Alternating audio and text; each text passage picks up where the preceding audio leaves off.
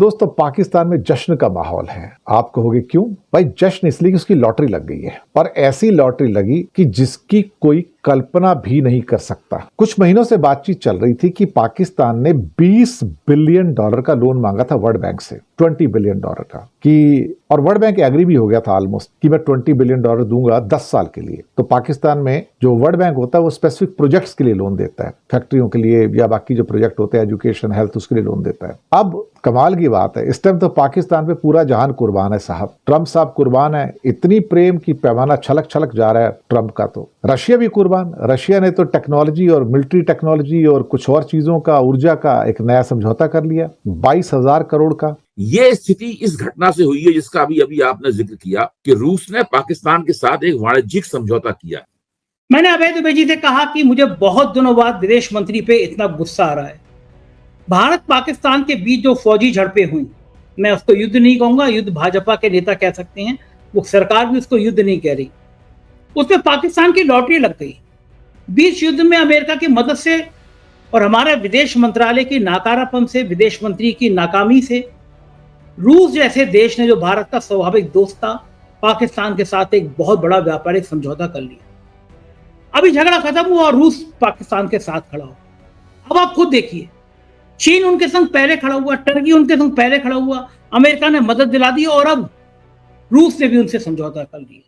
दोस्तों ये वीडियो पूरा देखिएगा, आज आपको पाकिस्तानी होने पर फख्र होगा और पाकिस्तान की खारजा पॉलिसी कितनी खतरनाक हद तक चल रही है वो आपको सुनकर ऐसा फख्र होने वाला है कि आप दांत दिए बगैर नहीं रह सकते। अस्सलाम वालेकुम दोस्तों, पाकिस्तान वो मुल्क बन गया जिसमें 3 दुनिया की बड़ी सुपर पावर आकर इकट्ठी हो गई है। देखिए तो चाइना ने पाकिस्तान को हर तरह से मदद दी हुई है। पाकिस्तान के पास दुनिया का सबसे बड़ा सैटेलाइट जो सिस्टम है वो आ चुका है, जिसका नाम है बेंगडू। दोस्तों ये GPS से भी बड़ा है और पाकिस्तान के पास पूरी एक्सेस है। ये चाइना ने दिया है। चाइना ने इसके अलावा $2 बिलियन और $3.5 बिलियन का पाकिस्तान को लोन भी दिया है। अब देखिए ना, दूसरी सुपर पावर है वो है अमेरिका। उसने IMF का लोन दे दिया जंग के दौरान। उसके बाद वर्ल्ड बैंक से अब ये कहा, पाकिस्तान कह रहा था कि हमें 10 या $20 बिलियन आप दिलवा दीजिए ताकि डेवलपमेंट प्रोजेक्ट चलते रहे सरमायाकारी के लिए। दोस्तों इसे लोन नहीं कहना चाहिए, आप कहें कि सरमायाकारी हुई है। ट्रंप ने ये वर्ल्ड बैंक से कहा कि $20 बिलियन मांग रहे हैं, आप इन्हें $40 बिलियन दे दें। दोस्तों ये है पाकिस्तान की इस वक्त की पावर। आपको फख्र होना चाहिए कि इस हुकूमत ने, जो भी आप दोस्तों इख्तलाफात रखें, अपने अंदरूनी इख्तलाफात आपकी जायज होंगे लेकिन बैरूनी इख्तलाफात आप नहीं रख सकते, क्योंकि इस हुकूमत ने पाकिस्तान को उस मकाम पर ला खड़ा किया है कि पाकिस्तान 70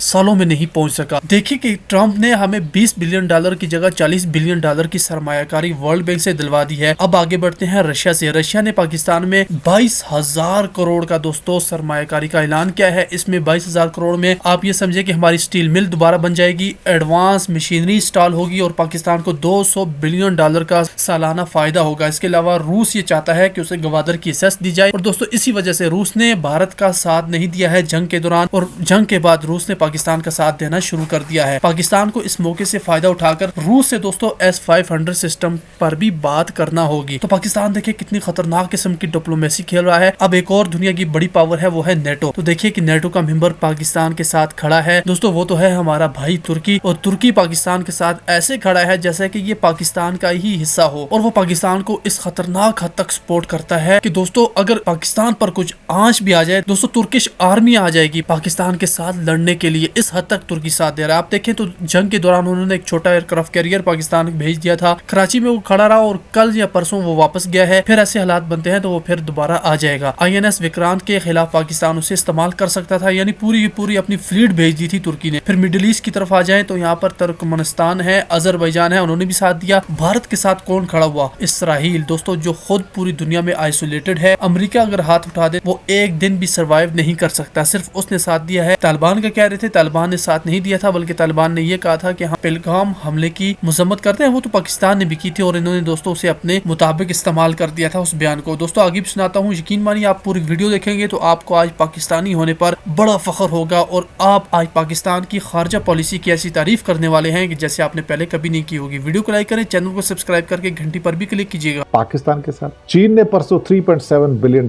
का लोन दे दिया पाकिस्तान को। उससे लास्ट वीक में $1 बिलियन का लोन IMF से मिल गया। लेकिन लॉटरी तो अब लगी है साहब।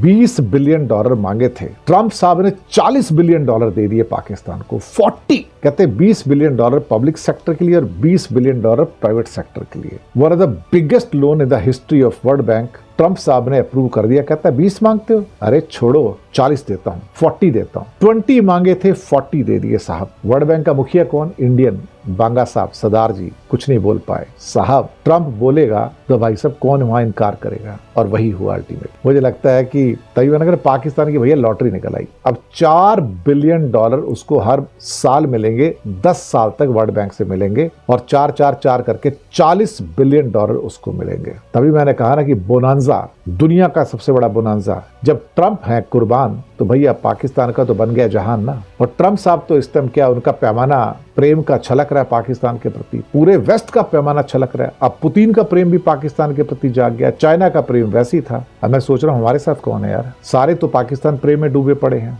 और सब पाकिस्तान को रेस्क्यू करना चाहते हैं, उसको बचाना चाहते हैं। अब जो भी है साहब, दुनिया की हकीकत तो ये है कि हम तो ऑलमोस्ट आइसोलेशन में चले गए हैं। हमें कोई पूछता भी नहीं आज की डेट में। हम तो सिर्फ अब साइडलाइन में चले गए, पिक्चर में अब सिर्फ पाकिस्तान ही चल रहा है। $20 बिलियन का लोन मांगे और अगला कहे कि क्या मांगता है 20 यार, 40 देता हूं तेरे को, और दे दिया। ये होते हैं ट्रंप। और ट्रंप ने जो मेहरबानी की है, ट्रंप का जो प्रेम जो है, वो तो पैमाना बन के छलक रहा है साहब। मुझे लगता है कि इससे बड़ी लॉटरी पाकिस्तान की कभी लगी नहीं लाइफ में, जितनी अब लगी है। चलिए साहब, ये दिन भी देखने के थे कि हम आइसोलेटेड हैं, इंडिया में अपनी ढपली बजाए जा रहे हैं, कोई सुनने वाला है कोई नहीं, लेकिन सारी दुनिया ऐसा लगता है पाकिस्तान के साथ आकर खड़ी हो गई और सपोर्ट कर रही है। चाइना भी सपोर्ट कर रहा है, IMF सपोर्ट कर रहा है, वर्ल्ड बैंक ने तो लॉटरी निकाल के दे दी, रशिया ने भी सपोर्ट कर दिया उसको, उसका भी एग्रीमेंट हो गया 22,000 करोड़ का। दुनिया के रुख बदल रहे हैं भाई, पाकिस्तान प्रेम सबके मनों में छलक रहा है। चलो ठीक है। और भारत के साथ कौन सा देश ऐसा है जो भारत के साथ खड़ा नजर आ रहा? बहुत खराब हालात पैदा कर दिए सरकार ने,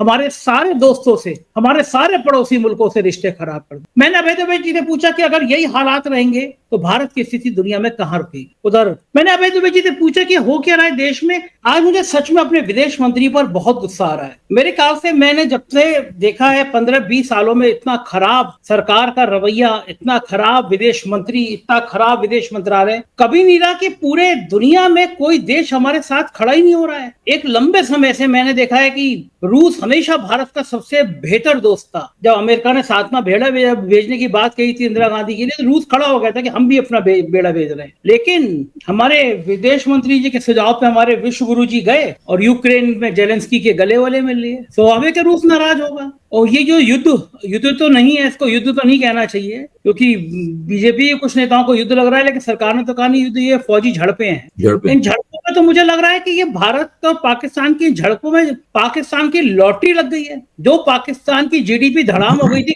उसके पास पैसों की बरसात हो रही है। 20 युद्ध में उसको इतनी बड़ी मदद मिली, वित्तीय मदद, और अब तक के युद्ध की सबसे खराब खबर ये कि रूस ने भी उसके संग, पाकिस्तान के संग एक बहुत बड़ा व्यापारिक समझौता किया है। ये भारत के लिए शायद भारत और पाकिस्तान की झड़प की सबसे बुरी खबर है ये कि रूस जो भारत का दोस्त था अब पाकिस्तान के साथ समझौते में चला गया, व्यापारिक समझौता किया। क्या मानेंगे कि हम क्या इतने विदेश नीति हमारी इतनी फेल हो गई है, हम रूस जैसे अपने पुराने दोस्त को भी समझाने में विफल रहे कि कोई सुनने को तैयार नहीं है। अभय जी क्या लग रहा है, तो बड़ा खौफनाक खबर है। देखिए, आपने ये जो एक अपने वक्तव्य में कहा कि पाकिस्तान की लॉटरी लग गई है, वास्तव में पाकिस्तान की लॉटरी लग गई। जिस दिन पाकिस्तान में कश्मीर के मुद्दे का अंतर्राष्ट्रीयकरण कर दिया जाए, ये ख्याल नहीं होगा कि उसका उन्हें इतना ज्यादा लाभ हो जितना लाभ अभी। और आपके वक्तव्य में ये बात भी सही है कि पाकिस्तान, इसमें मैं अपनी तरफ ये जोड़ दूं कि पाकिस्तानी फौज जनता के बीच में इससे उसको लाभ कितना हुआ कुल में। सबसे पहली बात यह है कि भारत के तमाम आरोपों की परवाह न करते हुए अंतर्राष्ट्रीय मुद्रा कोष ने पाकिस्तान को जबरदस्त किस्म की मदद दे दी, करीब $2.25 अरब की मदद अंतर्राष्ट्रीय मुद्रा कोष। उसके बाद में विदेश नीति के मंच पे आप देखिए, दक्षिण एशिया के जितने भी देश हैं और ग्लोबल मंच पर जितने भी महत्वपूर्ण देश हैं, उसमें से किसी भी देश ने देश के रूप में कह के निंदा नहीं की। बैसरण घाटी की घटना की निंदा की गई है, आप समझ रहे हैं ना। बैसरण घाटी में जो घटना हुई उसकी कोई तारीफ नहीं करेगा, उसकी सब लोगों ने निंदा की। ये गलत है और आतंकवाद नहीं होना चाहिए। भारत को आतंकवाद का मुकाबला करने का हक है। ये सब बातें कही गई, ये किसी ने नहीं कहा। स्थिति यह है कि जब भारत और पाकिस्तान के बीच में फौजी झड़प हो रही थी और उस फौजी झड़प के और ज्यादा भड़कने का अंदेशा था, उस वक्त न तो अमेरिका ने खुलकर पाकिस्तान की निंदा की और खुलकर भारत का समर्थन किया, चीन ने खुलकर पाकिस्तान का समर्थन किया और रूस ने भारत का समर्थन नहीं किया, भारत का विरोध नहीं किया, लेकिन उसने पाकिस्तान की निंदा भी नहीं की और खुलकर 1971 की शैली में भारत के साथ नहीं आया। और अब जिसे कहते हैं जले पर नमक छिड़कना,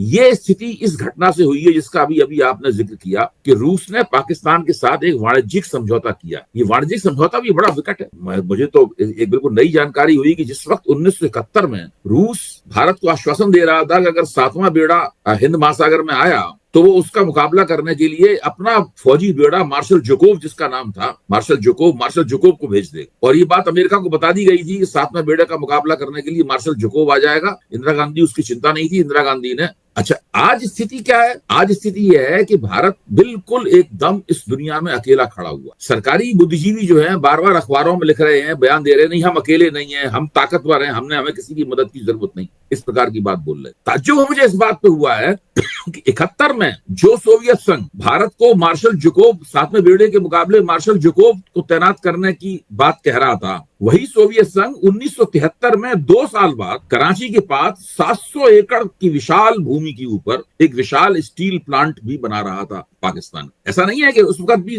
तत्कालीन सोवियत संघ, आज सोवियत संघ नहीं है लेकिन तत्कालीन सोवियत संघ जो है पाकिस्तान की मदद न कर रहा हो। यानी उस वक्त भी सोवियत संघ भारत को मार्शल जोकोव की मदद दे रहा था और साथ में उसके ठीक 2 साल बाद 1973 में इस कारखाने का उद्घाटन हुआ था। फिर बाद में सोवियत संघ का 1990 में सोवियत संघ खत्म हो गया वो अपने ही बोझ से। उसके बाद पाकिस्तान ने रूस के साथ में बातचीत करना शुरू किया कि भाई इस कारखाने को चालू करवाया जाए, क्यों करीब 300 अरब डॉलर प्रति वर्ष से ज्यादा लागत करके पाकिस्तान को बहुत सारा स्टील और स्टील का स्क्रैप आयात करना पड़ रहा था इस कारखाने के बंद हो जाने से। पाकिस्तान की किसी तरह पाकिस्तान ने जो उसके पीछे जो भी कारण रहा हो, पाकिस्तान ने रूस को पटा लिया। अब रूस की मदद से इस कारखाने का जीर्णोद्धार किया जाएगा और रूस की जो एडवांस मशीनरी या अत्याधुनिक मशीनरी है स्टील उत्पादन की, वो इस कारखाने में लगाई जाएगी। परिणाम क्या निकलेगा? परिणाम ये निकलेगा कि पाकिस्तान जितना स्टील आयात, जितना इस्पात आयात करता था, उससे 30% आयात उसे कम करना पड़ेगा और उसको करीब 206 अरब डॉलर का उसका विदेशी मुद्रा का खर्चा बच जाएगा। बहुत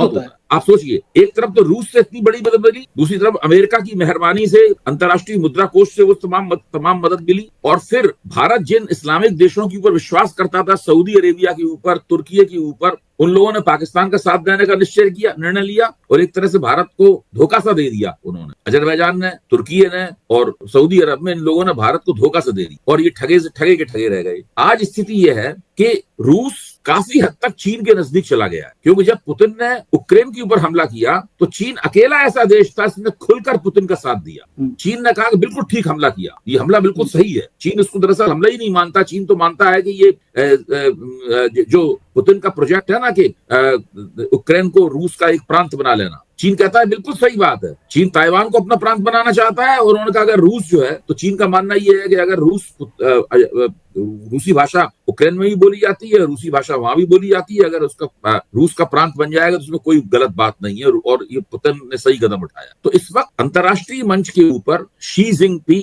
और पुतिन ये दोनों दोस्त हैं। चीन भारत के खिलाफ है और ये भी एक विडंबना है कि चीन भारत के वाणिज्यिक रूप से खिलाफ नहीं है। भारत और चीन में जमकर व्यापार हो रहा है, इतना व्यापार हो रहा है इसकी कोई सीमा ही नहीं है, और जो व्यापार का संतुलन है बड़े पैमाने पर चीन के पक्ष में है। और तमाम भारत के अर्थशास्त्री मानते हैं कि चीनी वस्तुओं का भारत में बिकना रोका नहीं जा सकता है। ये स्थिति है। प्रधानमंत्री ने जो अपने भाषण में कहा कि ये चीन की चीजें मत खरीदिए, उसका सारे हिंदुस्तान में मजाक बन रहा है। यानी उनकी बात को माना जा रहा है कि ये तो केवल मुंह दिखाई की बात है, व्यावहारिक रूप से ही संभव नहीं है। जिस वक्त गलवान घाटी की घटना हुई थी, उस वक्त अपील की गई थी चीनों का बहिष्कार किया जाए। किसी चीज का कोई बहिष्कार नहीं हुआ। जिस टिकटॉक के ऊपर बैन लगाया गया वो दरअसल चीनी प्रोडक्ट था ही नहीं। लोग तो आपके खिलाफ वोट। और मैं ये भी मानता था कि 2024 में सरकार ने जो बहुमत खोया उसमें बहुत से कारण थे, लेकिन आर्थिक विफलता उसका एक प्रमुख कारण। और ये एक ऐसा सरकार दूसरी चीजें प्रबंधित कर सकती है,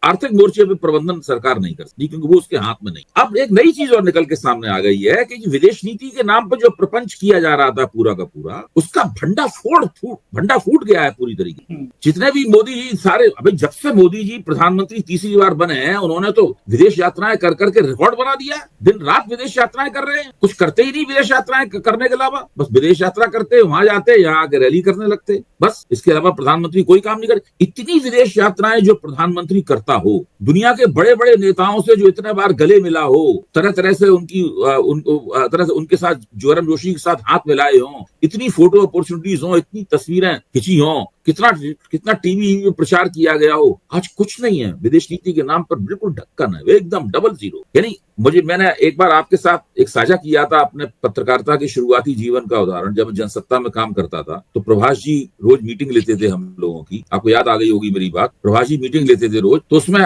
हम लोग एक बार इस समस्या पर विचार कर रहे थे कि हम लोग विदेशी खबरें अखबार में किस तरीके से छाप। अंग्रेजी अखबारों में ज्यादा पन्ने होते थे, जनसत्ता में इतने पन्ने नहीं होते थे, विदेशी अखबारों के लिए स्पेस काफी कम था जनसत्ता में। तो छोटे से स्पेस में हम विदेशी खबरों का चुनाव कैसे, ये एक समस्या थी। इस समस्या पे हम लोगों ने प्रभाष जी से पूछा कैसे किया जाए, भाई साहब कहते थे हम लोग। तो प्रभाष जी ने कहा देखो, एक थंब रूल इसका ये है कि पाकिस्तान और चीन हमारा दुश्मन है और रूस हमारा दोस्त है। इस नियम के तहत आप, इस नियम के रोशनी में आप सारी खबरों का चयन। तो हम लोग नए पत्रकार थे, सीख रहे थे। 1983-84 1986-87 की बात बता रहा हूँ। आजकल की पीढ़ी तो पैदा भी नहीं हुई थी, तब पत्रकारिता हम लोग कर रहे थे। तो ये बात हम लोगों ने गांठ बांध ली। आज भी प्रभाष जी की गुरु की तरह ही गांठ बांध लोग बांधे रहे। लेकिन अब देखा जाए तो ये सारी परिस्थिति दुनिया भर में बदल रही है। न रूस आपका उस तरीके से दुश्मन है और न रूस आपका उस तरीके से दोस्त है और न चीन आपका उस तरीके से दुश्मन है। क्योंकि चीन एक तरफ आपके लद्दाख में जमीन दाब रहा है, गलवान घाटी में आपके सैनिकों से उसकी खूनी मारपीट हो रही है, लद्दाख में वो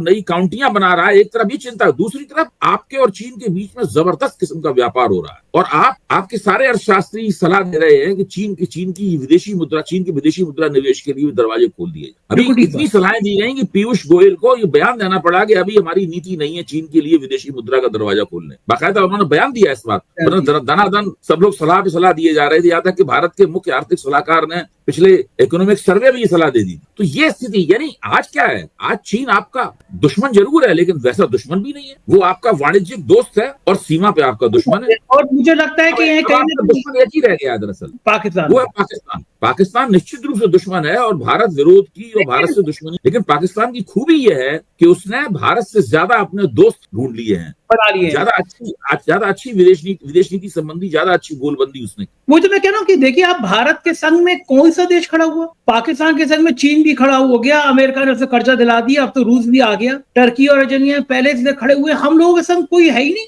बांग्लादेश, श्रीलंका। संजय जी, इसीलिए मैं कह रहा हूँ कि अब पहले मैं कहता था कि अर्थनीति के मामले में ये सरकार डबल जीरो है। अब मैं इसमें एक चीज और जोड़ रहा हूँ कि विदेश नीति और अर्थनीति दोनों के मामले में ये सरकार डबल जीरो। इस सरकार ये सरकार कोई भी दावा करे उस पर यकीन नहीं करना चाहिए, क्योंकि बाद में उसका कोई परिणाम कुछ नहीं निकलता। अच्छा भाई जी, आप क्या मेरी बात से सहमत होंगे कि नौकरशाह बढ़िया मंत्रालय नहीं चला सकते? देखा जाए तो एक दो अपवादों को छोड़ते इनके जो नेता मंत्री हैं वो भी बेकार हैं, निष्प्रभावी हैं, और जो इनके ब्यूरोक्रेट्स हैं वो भी निष्प्रभावी। हाँ, गडकरी और राजनाथ सिंह जैसे नेताओं को उन्होंने हाशिए पर रखा है। मोदी सरकार प्रतिभा के अकाल का शिकार है। मोदी सरकार में जिसको टैलेंट कहते हैं, गवर्नेंस कर देने के लिए जो टैलेंट प्रतिभा कहते हैं, वो मोदी सरकार में है ही नहीं। मोदी लगातार हर जगह हाथ हिलाते हुए तस्वीर खिंचाते हैं, कभी ऐसे करते हुए, कभी ऐसे करते हुए, तरह तरह से उनकी वो सब होता रहता है और मीडिया उसको गुणगान करता रहता है। मैंने भी ये जैकेट मोदी जी को देख के सिलवाई है कि मोदी जी की तरह मैं भी कुछ कपड़े अच्छे सिलवाऊं, जो आप कह रहे हैं।